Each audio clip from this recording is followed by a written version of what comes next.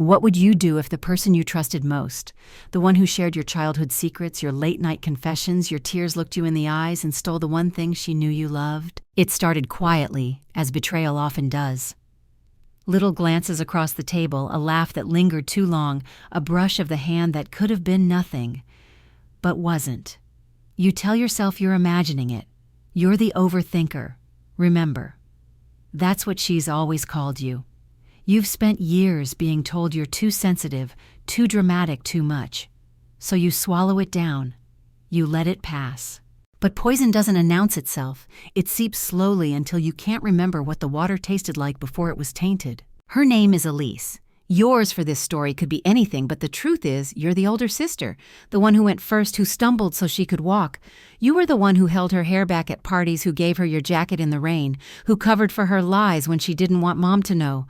The good sister, the one who sacrificed, the one who was always supposed to be happy for her. Your boyfriend, let's call him Daniel, was never perfect, but he was yours, or at least you thought he was. You noticed it first at family dinners, her questions aimed at him, her head tilting just so that look of deep interest, as though every word he spoke was a gift she was unwrapping. And he leaned in. You can see it now, can't you, the way betrayal looks before it's named? When it happened, when you found out there were no fireworks, no screaming matches, just a text from a mutual friend who couldn't bear to watch you be the last to know. A grainy photo from a bar downtown, his hand on her thigh, her lips brushing his ear. That was all it took. A single image that split your world clean in two.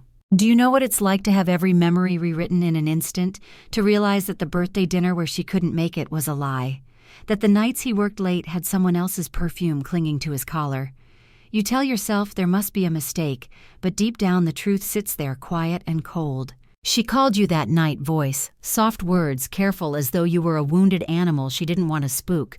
It just happened, she said. I didn't mean for it to, as though love was a puddle she'd accidentally stepped in. And you didn't scream, you didn't beg. You didn't give her the satisfaction of seeing you crumble. Because here's the thing, some women stay silent until the silence becomes their weapon. Months passed. The family knew, but no one chose sides. Weddings have a way of rewriting history, of pretending past sins don't matter as long as everyone smiles for the photos. Elise was glowing. She'd gotten the man, the ring, the storybook ending. And you were the bigger person, the sister who forgave the one who wouldn't ruin the big day. She didn't ask you to be a bridesmaid. Of course she didn't. Not after what she'd done. She gave you an aisle seat instead, as though you were some distant cousin. But you smiled, you nodded. You told her you'd be there. And you were, just not in the way she expected. You see, there's a certain kind of satisfaction in holding your power quietly, in waiting until the perfect moment to remind someone exactly who you are. And on her wedding day, when the photographer called for all the bridesmaids, you stepped forward, calm, confident, dressed in a gown that matched theirs down to the last sequin. The room stilled, every head turning the air thick with the kind of tension you could slice open. Elise froze her bouquet, trembling. But the photographer didn't know the history. He just smiled and waved you into the frame. Click! Do you feel that sharp inhale when the person who underestimated you realizes their mistake? That's not revenge, that's reclamation. Because in that moment, you weren't her sister, the betrayed one, the cast-off. You were the woman who decided she would no longer sit quietly in the shadows of someone else's narrative. And trust me, the story was just beginning.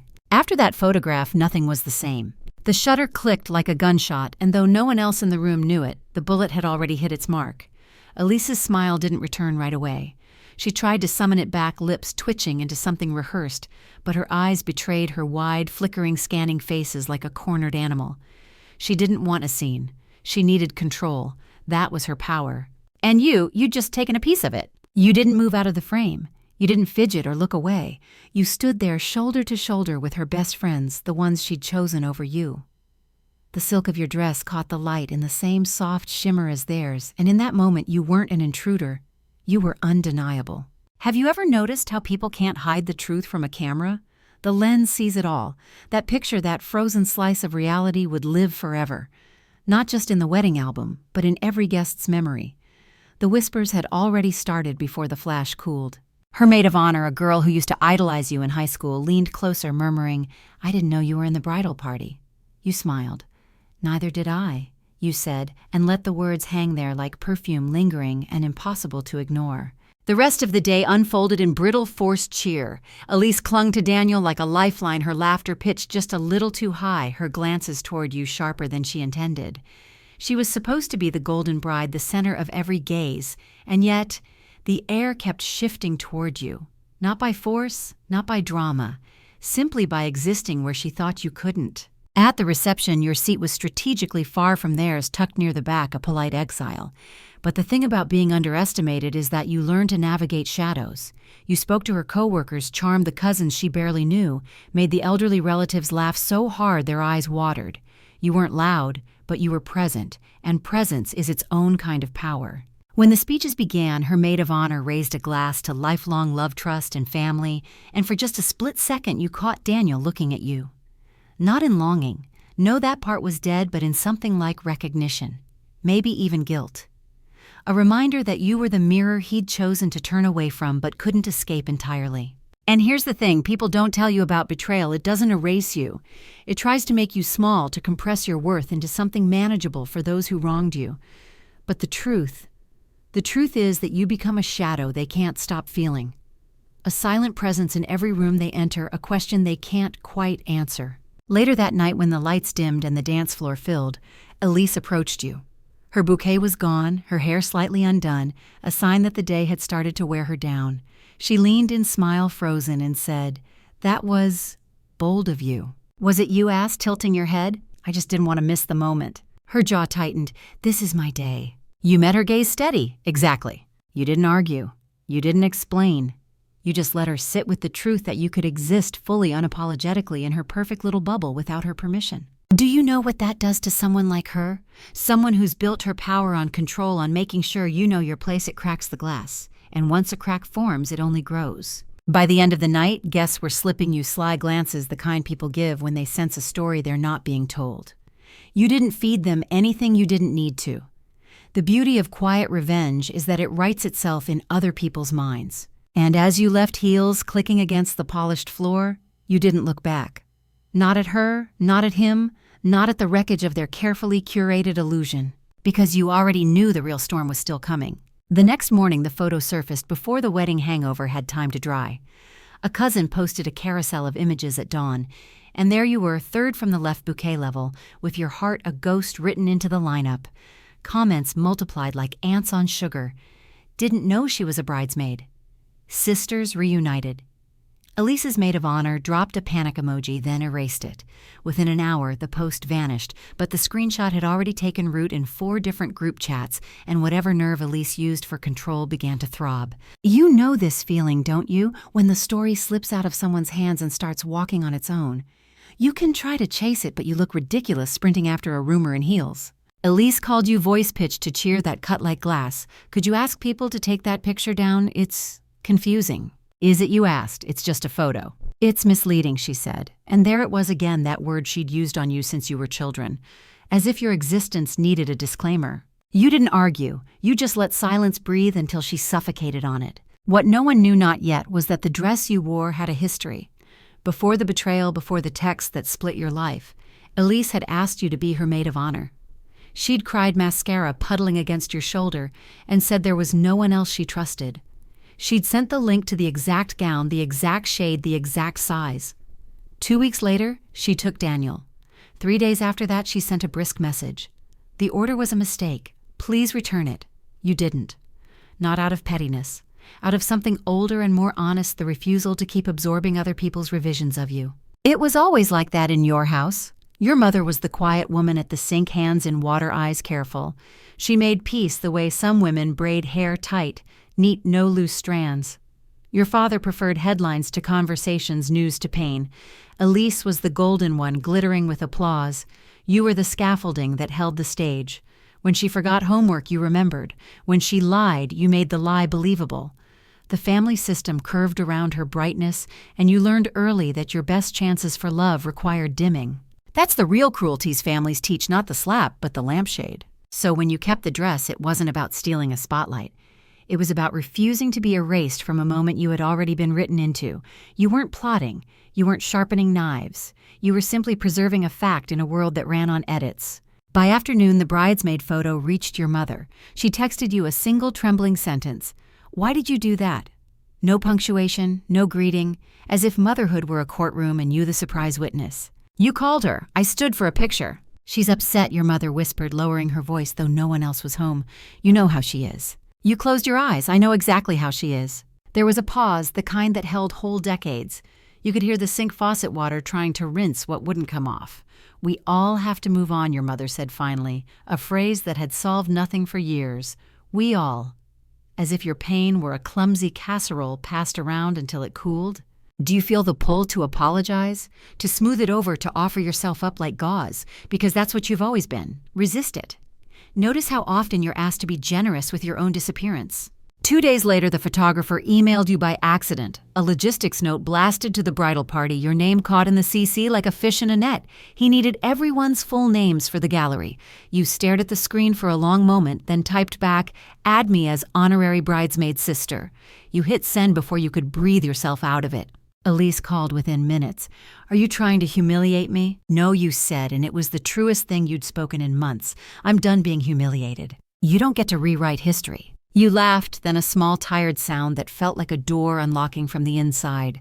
"You're going to lecture me about rewriting." There was a tiny click, her tongue against her teeth, a sound you'd always recognized as the start of her tantrums. But she didn't tantrum. Not this time. She exhaled. "I'm your sister," she said softer, as if the word could conjure immunity. "I want us to heal." Heal. The bandage they slap over wounds they don't want to disinfect. You pictured her wedding album, your mother's sink. Daniel's eyes skittering off yours at the reception like a stone skipping water. Healing was just another way to ask you to carry the shame. You changed the subject. "How's married life?" She hesitated. Fine. Fine. That brittle shape that breaks if you look at it too long. You started going on walks in the evenings, not to burn anything off, not to calm down, but to meet yourself at your own pace. The city felt different now, not a maze to escape, but a map that finally had your name on it. At a cafe, a cousin brushed your shoulder and whispered, "We're all proud of you." What for? For breathing in public. For existing without apologizing. And here's the part you might not admit you enjoyed the unease in the air. Not cruelty, not vengeance, just the physics of truth finally getting its turn. You'd expected rage to feed you, but serenity did instead. A cool, unwavering clarity. Elise and Daniel weren't storms you had to outlast. They were weather that would pass whether you opened your umbrella or not. Still, a storm was brewing somewhere else. You could feel it in your bones, that ancestral barometer mothers carry without knowing why. Secrets have a half-life, and the half-life on theirs was ticking. You didn't go looking for it. You didn't need to. The next crack would find you the way all cracks do, through the place that had been strained the longest. You were almost ready. It came 3 weeks later, not with a bang, but with a knock. Not the polite tap of a neighbor or the hurried thud of a delivery driver. This was different, heavy, deliberate, as if each strike was counting down to something. When you opened the door, Daniel stood there, not in a suit this time, but in jeans and a wrinkled t-shirt, holding his phone like it might burn him. "Can we talk?" His voice was lower than you remembered, quieter. You didn't move aside right away. You let him stand there, caught between the hallway light and your silence. Why, you asked. "She told me not to come." His mouth twisted like he was chewing on words he hadn't decided to spit out, which is exactly why I did. You could have slammed the door. You could have told him to choke on his conscience. Instead, you stepped back just enough for him to enter, because sometimes letting someone speak is the surest way to watch them unravel. He sat on the edge of your couch, elbows on knees, looking everywhere but at you. "She's different," he started. "Since the wedding." He scratched at the back of his neck. "I think she thinks you're what you asked, sharper than intended." He finally looked at you. And that's when you saw it, the flicker of fear in someone who's realizing the person they chose is not the person they married. "She doesn't trust me," he said. "Always checking my phone, asking where I've been, like she's—" He stopped, caught himself, and laughed bitterly. "Like she's afraid I'll do to her what I did to you." The irony hung there so thick you could taste it. You didn't rush to fill the space. You wanted him to sit in the echo of his own confession. "She said you've been interfering." He added, his tone shifting as if reciting lines she'd fed him. "Interfering in what?" "In us, in our marriage." You almost laughed. "Daniel, the only thing I've interfered with is her assumption that I'd disappear quietly." He leaned back, staring at the ceiling. I thought he stopped again, then tried. "I thought it would feel better than this, being with her." "Why are you telling me this?" "Because you're the only one who's not pretending." Ah, there it was. The same reason people always came to you in the end, because you didn't wrap their sins in soft cloth. You let them touch the sharp edges and bleed if they needed to. But here's the thing about being the truth teller: people mistake you for their confessor, their balm, their safe place. They forget you're also the witness. And witnesses, if they've survived enough, don't just nod and forgive, they remember. You made your choice, you said finally. His eyes flinched. So that's it. That's it. You stood the universal signal for goodbye, and he took the hint. At the door, he hesitated. She's scared of you, you know. You met his gaze, calm as a blade lying flat on a table. Good. When the door shut behind him, you felt something shift. Not relief, not triumph, just a quiet confirmation of what you'd suspected since the day she took him, that stealing doesn't guarantee keeping. Some women mistake possession for permanence. A week later, the storm broke. You weren't there when it happened. You heard it in pieces the way all family gossip travels. A fight at a dinner party. Voices too loud to pass for polite disagreement. Elise storming out before dessert. And the detail that caught everyone's attention, Daniel, later standing in the driveway talking to someone on speakerphone, and the way his voice softened, almost fond. You didn't need to guess who was on the other end. It wasn't you. It wasn't even someone you knew. That was the point. Elise's mirror had cracked, and now she couldn't stop looking for new reflections. Your mother called that night. She's upset, she said, and you almost smiled at the predictability. She's always upset, you replied. The difference is now it's not about me. Silence, then a sigh. I don't know what's happening to her. She's meeting herself, you said, for the first time. And maybe that was the real revenge, if you could call it that. Not in the photo, not in the whispers, not even in the way you stood uninvited in her perfect frame. The real sting was her realizing that all the power she thought she'd stolen from you, she'd never known how to use. You went to bed that night without checking your phone, without replaying old conversations, without wondering if you should have done more or less or differently. That was her loop, not yours. And yet, deep down, you knew there was one more scene left to play. Something inevitable, the way storms always circle back for one last flash before they vanish. You were ready to meet it in daylight. It came on a Sunday afternoon when the air was heavy with that kind of stillness that makes even clocks seem louder. You were reading by the window when you heard her car pull up the too-fast crunch of gravel, the slam of a door that had been building for miles. Elise didn't knock. She walked straight in the way only family believes they have the right to her perfume hitting you before her voice did. She looked flawless as always, hair smooth, nails painted, but her eyes, they told the truth. Wide, too bright, like glass just before it shatters. We need to talk, she said. You closed your book, slowly marking your page. Do we? She ignored the jab and moved to the center of the room like she was claiming the stage. You've been poisoning people against me. The absurdity of it almost made you laugh. You're giving me too much credit. Her chin lifted that same haughty angle she'd used since childhood when she wanted the upper hand. Daniel says you've been making comments, subtle digs, acting like you know something. You met her gaze steady. Do I? She faltered for half a breath before pushing forward. I'm not stupid. You've been waiting for me to fail. You've been... No, you cut in, voice low. I haven't been waiting for anything. I've just been watching. And that was the truth. You hadn't planted seeds. You hadn't whispered in corners. All you'd done was refuse to disappear, and that for someone like her was enough to feel like sabotage. She took a step closer. You think you're better than me. I think you said carefully, I'm no longer willing to be smaller than you. Her jaw clenched. Everything you've done, showing up in that dress, inserting yourself, letting people talk, it's pathetic. Is it you tilted your head studying her?